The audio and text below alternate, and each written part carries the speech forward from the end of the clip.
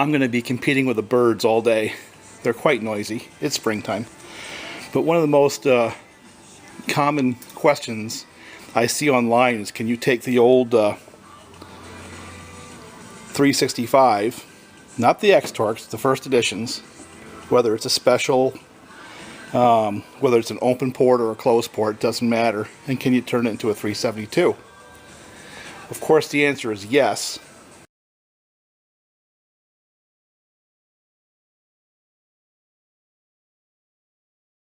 Even though the cases say 365, the 365 and the 372 essentially have the same cases.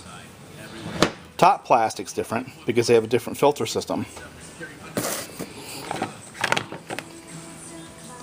This is what the 372 has. And that's what a 365 has. And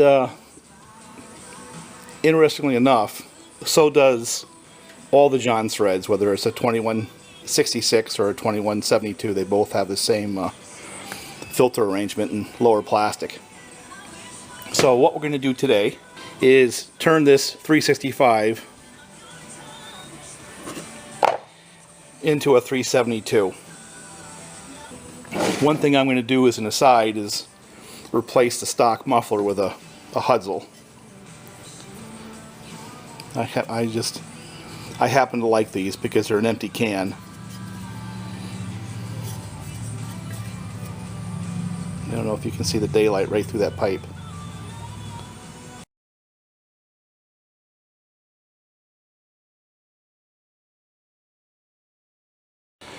The other question is, what's different between the old style, or first generation 365 and 372s and the X-Torqs?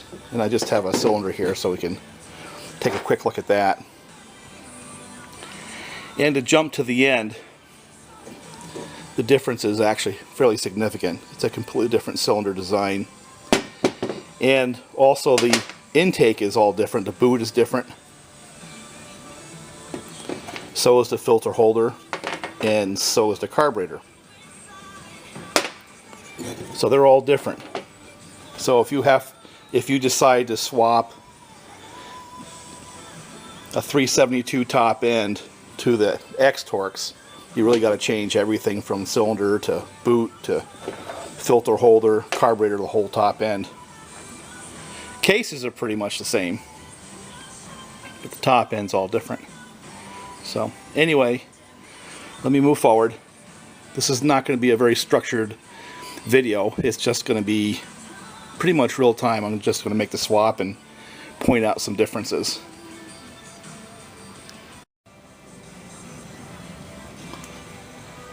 What we have here is a Husqvarna 365 Special. This is the original edition. This is with a smaller diameter cylinder and everything else. This is not an X-Torq. The X-Torq's a completely different animal. For that matter, a 365 X-Torq and a 372 X-Torq are pretty much the same saw, with the exception of a few things like filters, top cover, and these caps on the transfer ports. Not going to get into that much. You know, that information's online. There's a bunch of videos out there on how to take a new version 365 X-Torq and pull these caps and grind off the little divider in there and effectively turn it into a 372, because the 365s and the 372s share pretty much all the internal parts. Piston, cylinder, crank, all that stuff is the same. Carb, pretty much the same.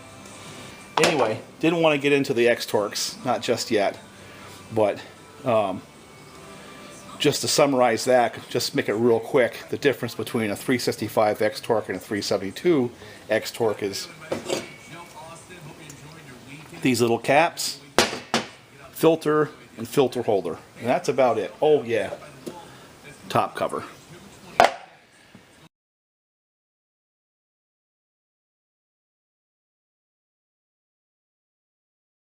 What I want to do is go back to one of the most common questions I see online, and that is, can you take the old style, first generation 365s and turn them into the first generation 372s? Not the X-Torqs, but the first generation. And we're just going to do it. So the answer obviously is yes. But I'm just going to do it in this video so you can see for sure. So, X-Torq stuff, exiting stage left. Not going to talk about it again. Bob's eventually going to do a saw college. We'll get into it in more detail.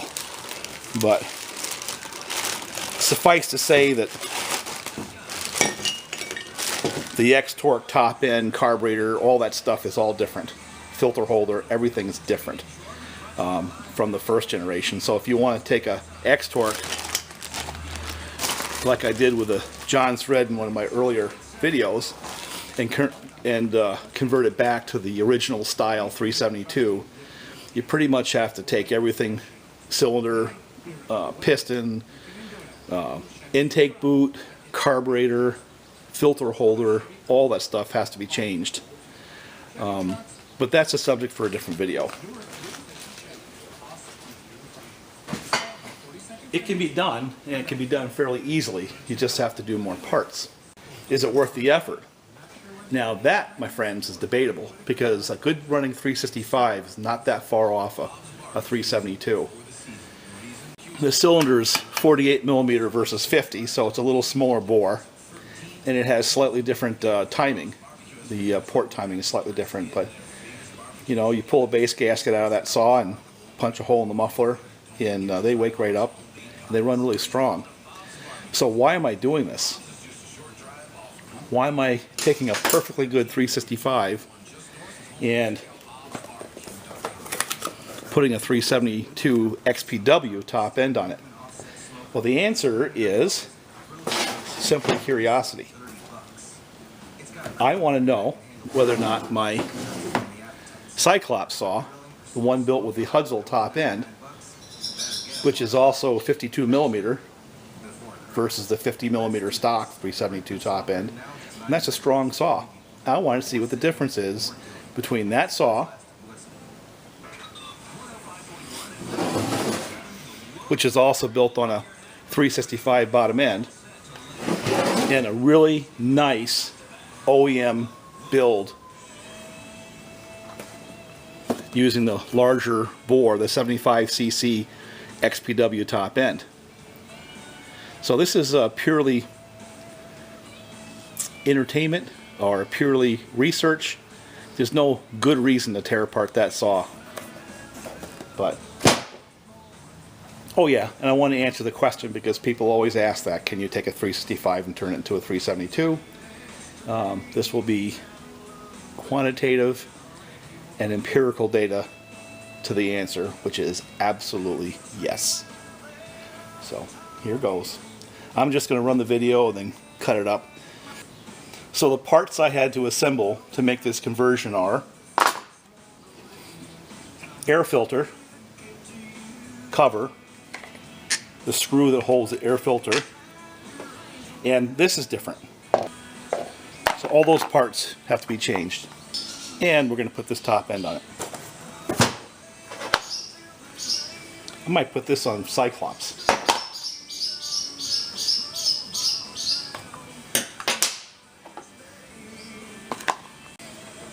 You know, you really don't have to, but I just find it easier taking the handle right off the saw.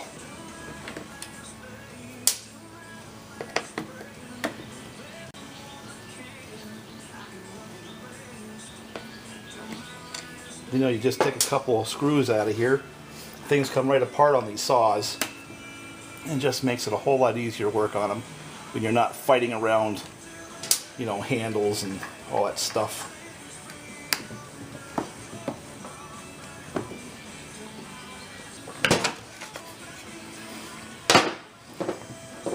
I might be able to talk a little bit while I'm going through the process. I bought that saw in, I think, 2004 for the farm. It never really got a lot of use.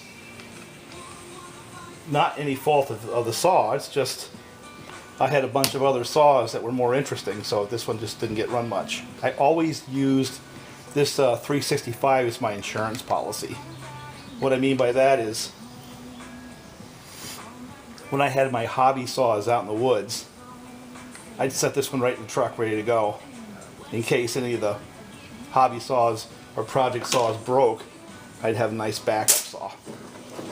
So the job of this saw for the last, well, 10 years has been a backup saw to my real project saws. So there's a part of me that feels sort of guilty. You know, I bet this saw has maybe 20 hours on it, maybe 50, but certainly not more than that.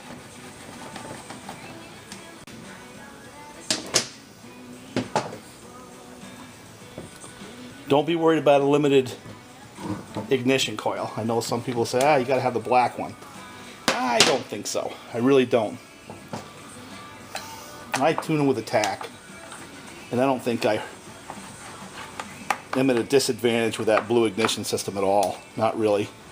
You know, some guys like to tune their saws for more RPMs. Typically when I modify a saw, I shoot for a little more compression. And I'm not as interested in having more RPMs as I am in having more torque. So anyway, there's the top end.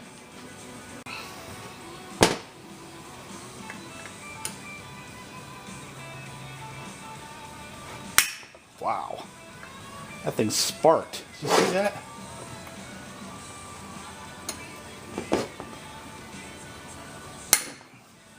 Boy, I wonder if that shows in camera. That'd be really cool if it does. Huh. I'm taking this off while it's on the saw, just so I have something to turn against. Same with the decomp, because I'm going to use these on the XPW cylinder.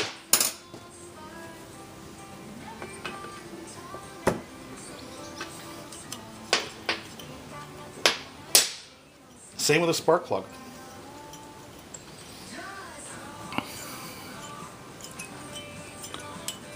Now everybody has their own order of events, but this is what I do. You know, it changes from time to time. Since I'm going to change the filter holder, I'm taking the choke lever right off.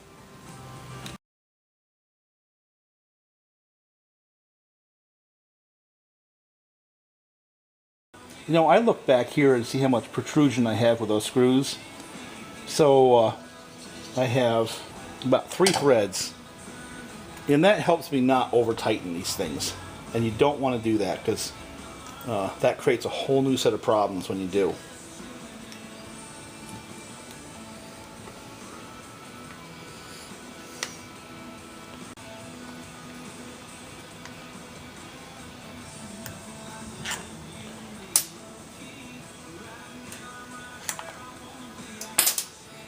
Okay, carburetor should be pretty close to coming loose. We'll pop the fuel line.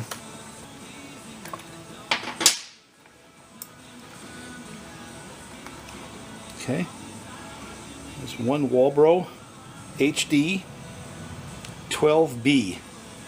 Now I've got a Walbro from the 372 that I'll compare them directly with.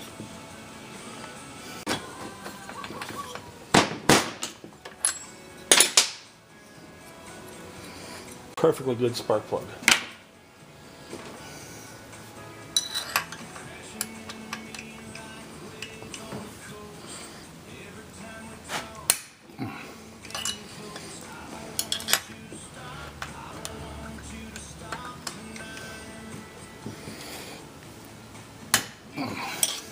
Boy, they're on there.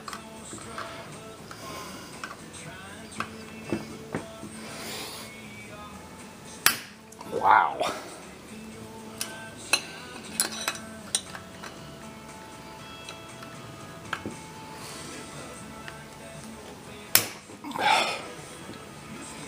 Those suckers were tight. Tight, tight, tight. I have a hunch I know why. I had sent this saw over to Motomedic a couple years back, and he was going to do some work on it. Yeah, see? And just didn't have time. But what he did have time to do was pull the base gasket out because that's a pretty standard modification that wakes these damn things right up.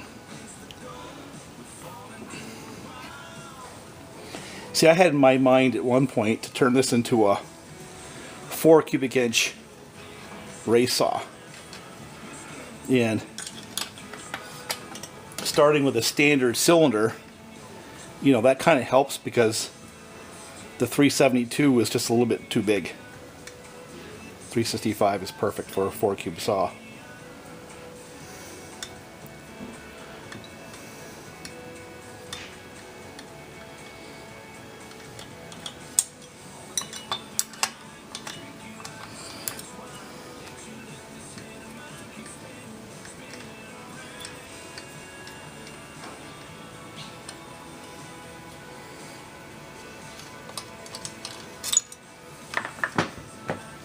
Yep.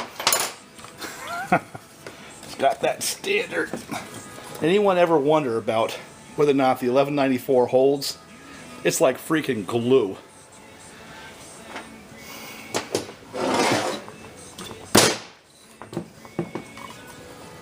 It is so hard to break that stuff loose. It's so easy to mess up a set of cases too.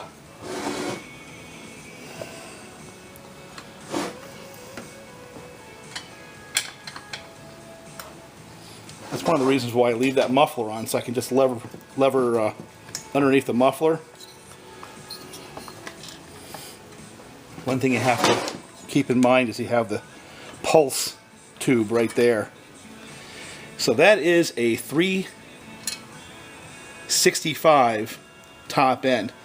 And you know, another point is, I don't know if you notice, look at that nice film of oil in everything inside that cylinder.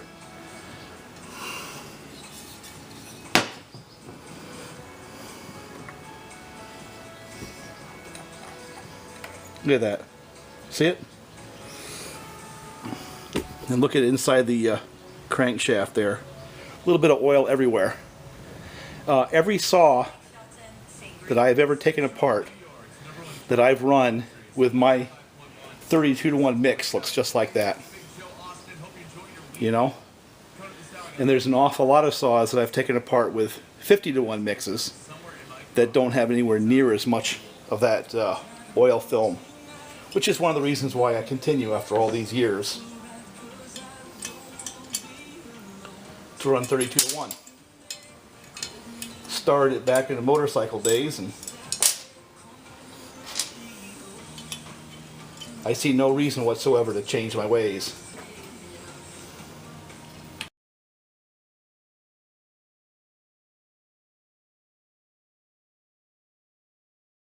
I'm going to reuse that. One thing you notice on these, if you got that spacer right in there, nice design Husqvarna. Makes it very hard to over tighten.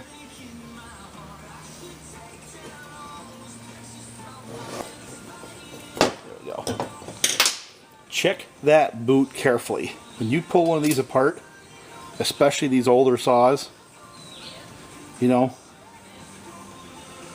I'm inclined to suggest you just replace this with a new one.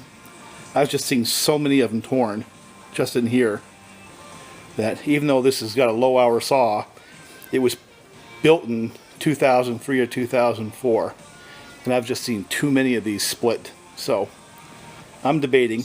And also, don't lose that ring right there. It's very important for seal.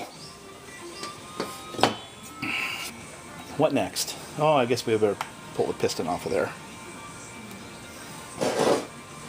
Still feel guilty about doing this. Absolutely no reason this saw should have a nervous breakdown such as this. Tearing right into it for no good reason. Perfectly good saw. You know, with my eyes as old as I am anymore, those darn circlips are always an interesting proposition for me. And there's piston. Nothing wrong with that top end.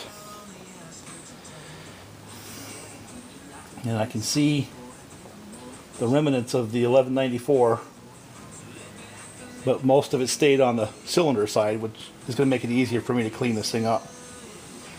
So I'm going to turn the camera off and clean the 1194 off. And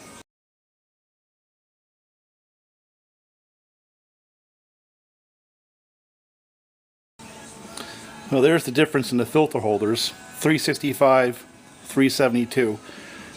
This one's set up for the lower profile air filter, which the 365s have, and also the Jonsereds. The 372 has this taller arrangement.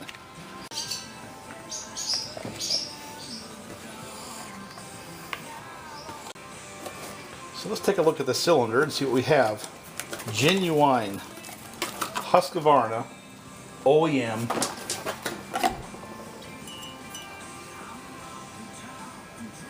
.372 XPW top end and piston. Okay, what's the difference between the 365 and the 372? Well, there's an obvious difference right there. Displacement. Both of them are closed port systems, but if you look carefully, the transfers are in fact different.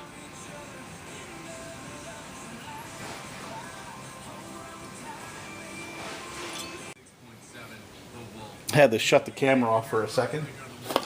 See what we have in the box. It comes with a new wrist pin bearing. That's nice. And you know, I see this plug here instead of a decomp. Rumor has it that the decomps leak.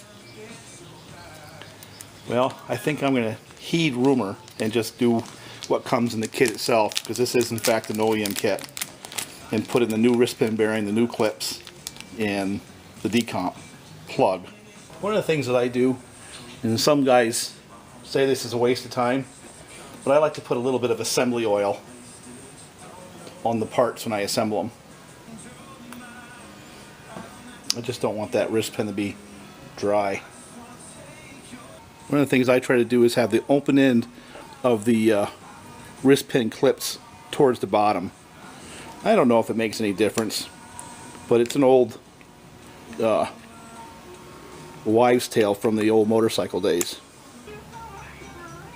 I just pop it on its side and just slide it in like that. Again, making sure the arrow is pointing to the exhaust, and the little pins for the rings are pointing to the intake side. Let me just put the wrist pin and clip in this side too while I'm here. Set that wrist pin all the way over.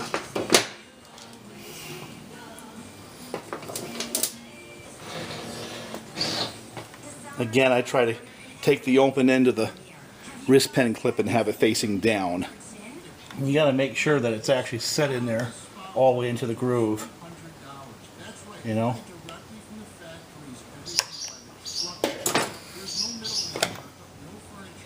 And that one is. So is that one. Arrow pointing to exhaust. Alright. The next thing I have to do before I get too crazy about putting this thing together is get the intake boot on. Now there's some alignment. If you look at that really carefully back there, you can see those little rubber tabs to align that. It's pretty critical. Do that. And once that's aligned on there, then you can wind this up tight. Now that the boot is on, because you do have to put the boot on before you put the cylinder on, make sure it's still lined up, and it is. Now, again, make sure I have my crankshaft locked. Got my trusty handy dandy ring compressor. The rings are on, the piston's in the right direction, and this is when I start putting the gasket, because now this is sort of a timed thing. You want to get it done fairly quickly. Now I understand that theoretically you want this to skin just a little bit. I should just turn the camera off.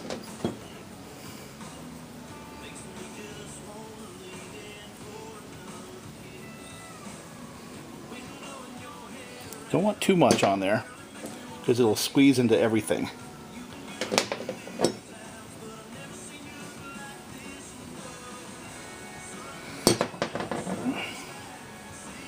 This looks like 1194, but I can tell you right now the consistency is a little bit different. It's a little thinner than the 1194 is.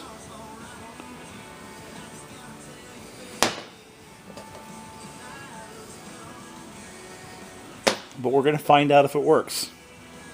That's part of the premise of this whole series, is trying to use stuff that anybody can get their hands on to put together these saws. You know, there are some who would like you to think that building chainsaws is some kind of a magic art. It's not. It's pretty much simplistic stuff.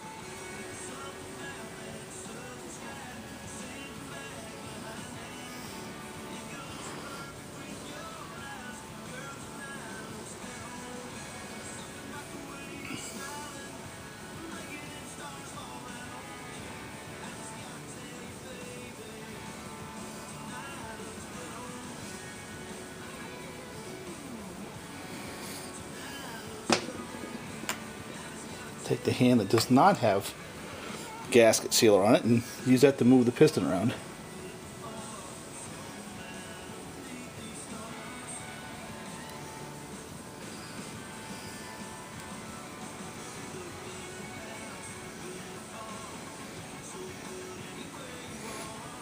You know, I listen to people online, and like I said, part of this is an experiment because I do want to find out how a real 372 big bore reacts as compared to a aftermarket one, because if you listen to all the experts out there, that aftermarket saw right there shouldn't run at all.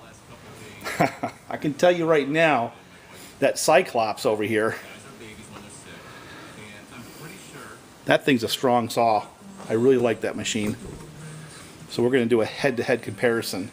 Aftermarket big bore versus OEM big bore.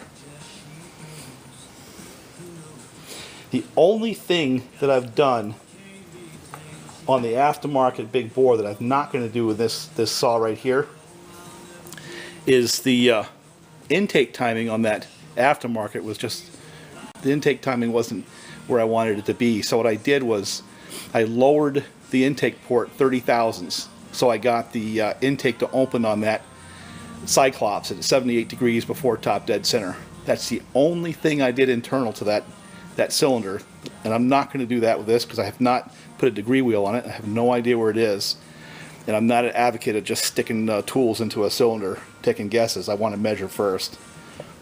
So, to be fair, I'm pointing out that there is a slight difference.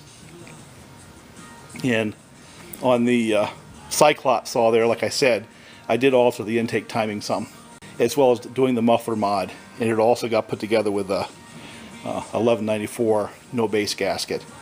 And this is all OEM. I'm not going to mess around with the intake timing at all. It's going to go on stock, and instead of putting a stock muffler with baffles on it, I'm going to put a Husqvarna. I'm going to put a Husqvarna muffler on there. I think that'll be a little bit of a performance increase. So, by now, my gasket sealer should have skinned over a little bit. I like to put just a little bit of assembly oil on things. It's just me. There's a theory out there that says run them dry and it makes them break in faster. I just can't do it.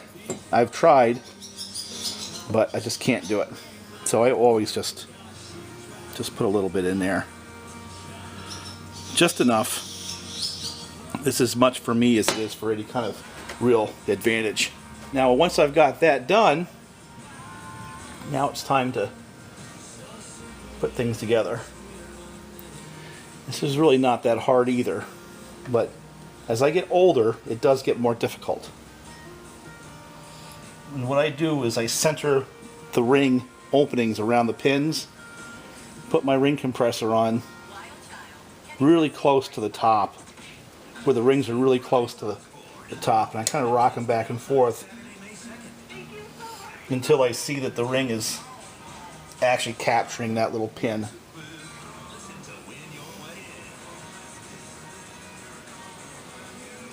Yeah, see, that looks pretty good. Now with the piston captured, things pretty much out of the way, and my flywheel trapped, you just sort of set the cylinder right down on top of the darn thing and push. And that's it. Get the ring compressor out of the way. Get this out of the way. And that piston is now sliding up that cylinder quite nicely. Now, since it is a 372 and it does have this pulse line, I kind of push it down a little bit to where I can get the impulse hose into the manifold, because when the manifold is all the way down, it's a bit of a pain in the neck. So I don't know if you can see, but I got it where it's poking through, and now I'll pull it down.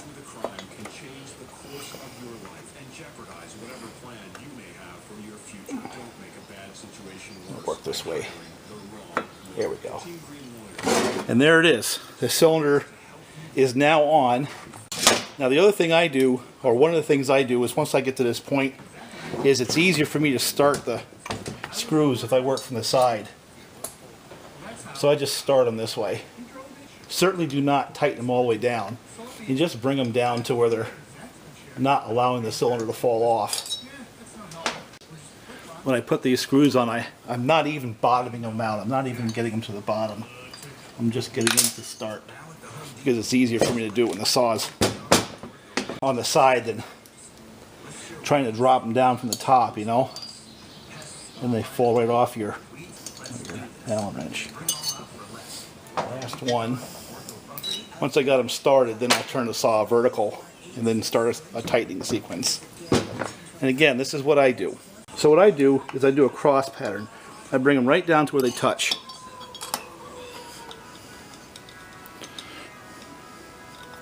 But they're not tight, they just touch. Like I said, I'm going to compete with those birds. Okay, got them finger tight. And now I'm going to reef on these things a little bit. Get them nice and tight. Do it kind of in a pattern.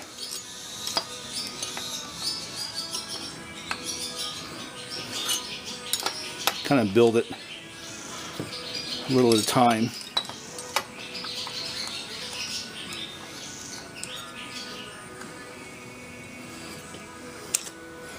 Check and make sure things are still free.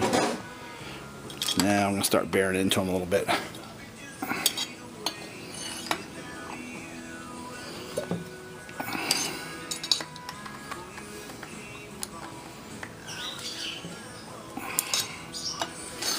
And let's not forget what this video is about. This video is about two things. One is converting an old style 365 special all the way up into a 372 configuration. And in a subsequent video, it's going to run this saw head to head against my aftermarket big bore build. You know? So you hear all this stuff online, and if you listen to the online pundits, I'm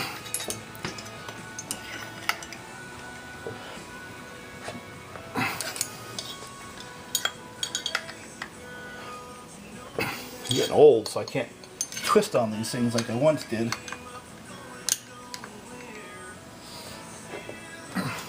And while I'm here, instead of putting on the decomp, I'm going to put just a little bit of this gasket maker on the threads and put on the decomp plug. Now you're going to ask, how come I didn't check the squish? We're going to check the squish. I always check the squish. You know? But I can tell by looking at that cylinder on the inside, it's not going to be a problem. while I'm at it, I'm going to put the spark plug right in there too. To review, 365 top end piston, 372 XPW top end.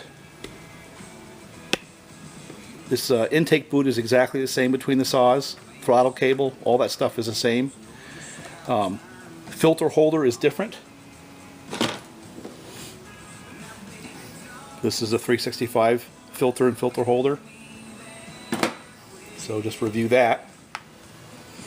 And while I'm here, I might as well just put the carburetor right on. I'm going to use the same carburetor that was on the 365. I'm going to pull a box of new carburetors I have for a 372 so you can see that they are in fact the same. This is what you would buy if you went to Husqvarna and bought a carburetor. And they are in fact the same. HD. Both of them are 12Bs. Exact same numbers. So you don't have to worry about carburetors. They're the same. One thing you always have to remember on these 372s is they have those little red plastic sleeves in there. Don't forget them. I do myself from time to time. But I have an excuse. Old age. Oh, yeah.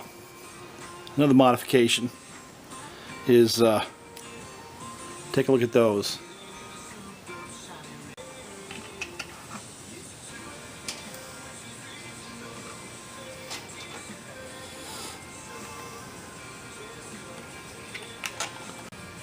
It's another thing, when I put these together, is just like I do with a cylinder. I run them down to where it touches just finger tight before I do any tightening. And I don't know if you remember, but when I first took it apart, I kind of looked behind to see how many threads were protruding through. And that's as many as you're going to see when I do it again. There we go. That's firm. It's not really tight. Right there.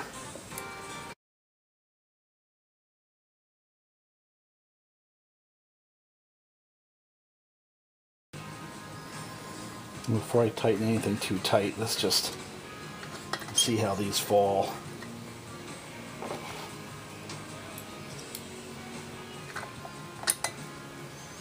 And then what I do is I tighten the muffler really tight, and then I tighten up these brackets.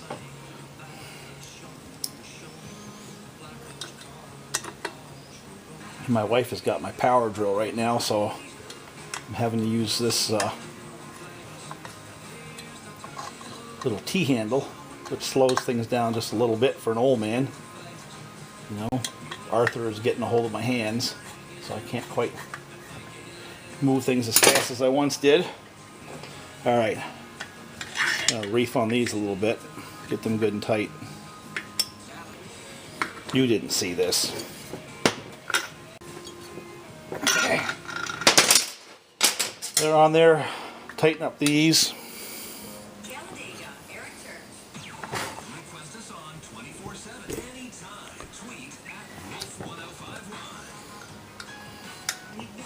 Okay. Just to review, you got these 4 screws, that bracket, those mufflers, those are 5mm, these are 4mm. 5mm, 4mm, I got all these tight. Hudson muffler, OEM 372 XPW cylinder. Put a plug instead of the decomp in there. Comes with a kit. Used the carburetor from the 365 because it's exactly the same. Had to change the filter holder for the 372 air filter, the tall one. Same carburetor, both of them, same air boot, or same intake boot. Hooks up exactly the same because they're virtually identical saws. So, I guess all there's left to do now is just start putting stuff together and wrapping this little video up. Don't forget to put this little guy in there like I almost just did. There's a boss or a stud that's on this case. Kind of fits right in there. Trust me, it's better having it on than not, because I have to put the anti-vibe spring in there next.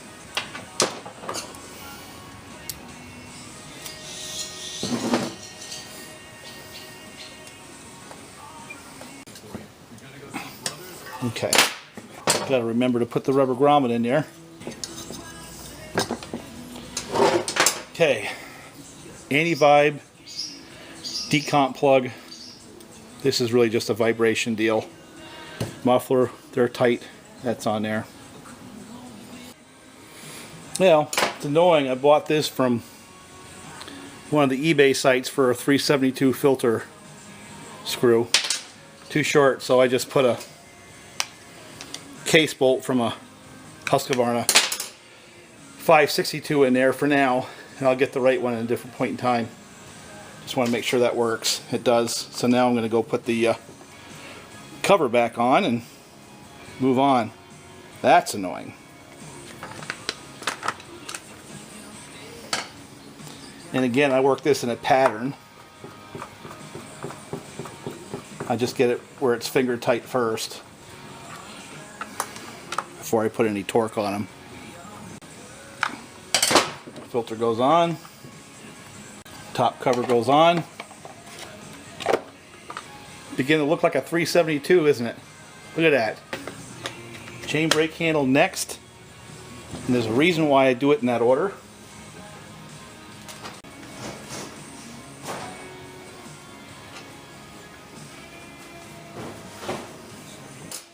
Now the reason why I put it in that order is you got to remember to put the bushing underneath the chain brake. Put the pull start on after that.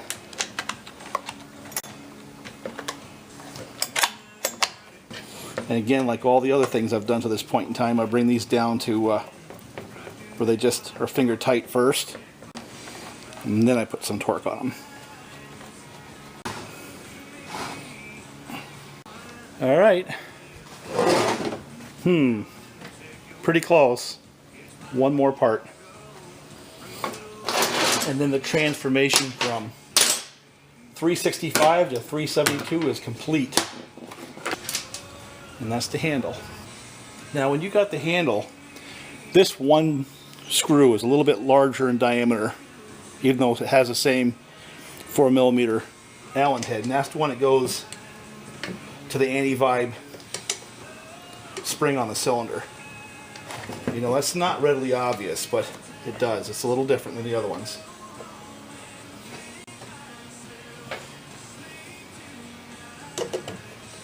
And I would start with that one. And then I go back and put the other ones in.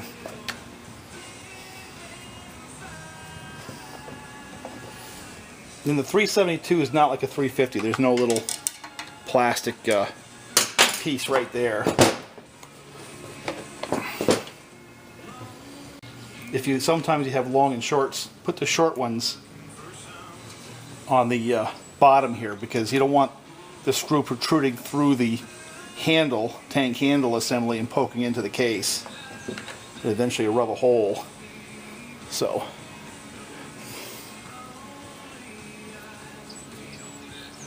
the two shorter ones go there if you have ones that have different lengths. There's another one you don't go too tight with. You just go firm, because it's a plastic thread. You don't want to strip it out. And there it is. There is a 365 converted into a 372 XPW. Parts left over. Piston. That's it. So there's the answer to the question. And I think what I'm going to do, look at that nice cover.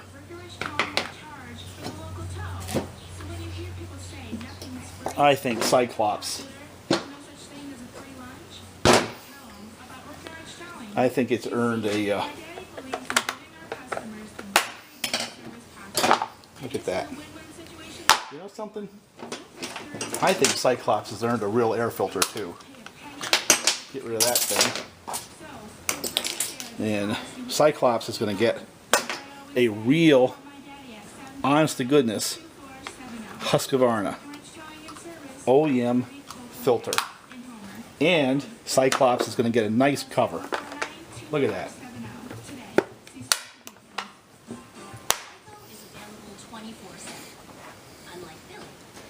So both these saws, let's review. Both these saws had their roots as a 365. This one now has the 372 XPW top end, and Cyclops has a Hudzel or Farmer Tech 52 millimeter top end. Both these saws are built without base gaskets. The squish on that one is 24 thousandths. The squish on this one is 26 thousandths. Yeah, I didn't put it in the video, but trust me, I measured. What we're going to do is, I don't know if I'm going to do it this evening or tomorrow morning, is get this one fired up, and we'll run test cuts back to back to see how they perform relative to each other. Time to go do some farm chores. So that's the end of this video. The next video will be the running and comparisons.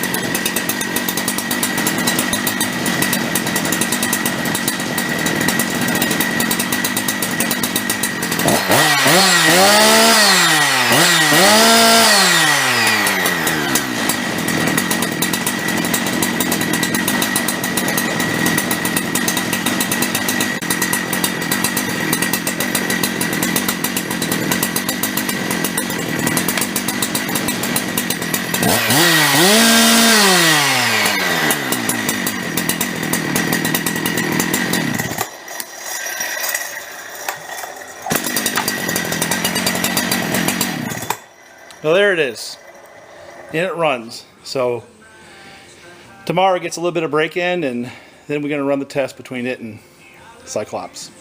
Talk to you later, guys. Bye for now.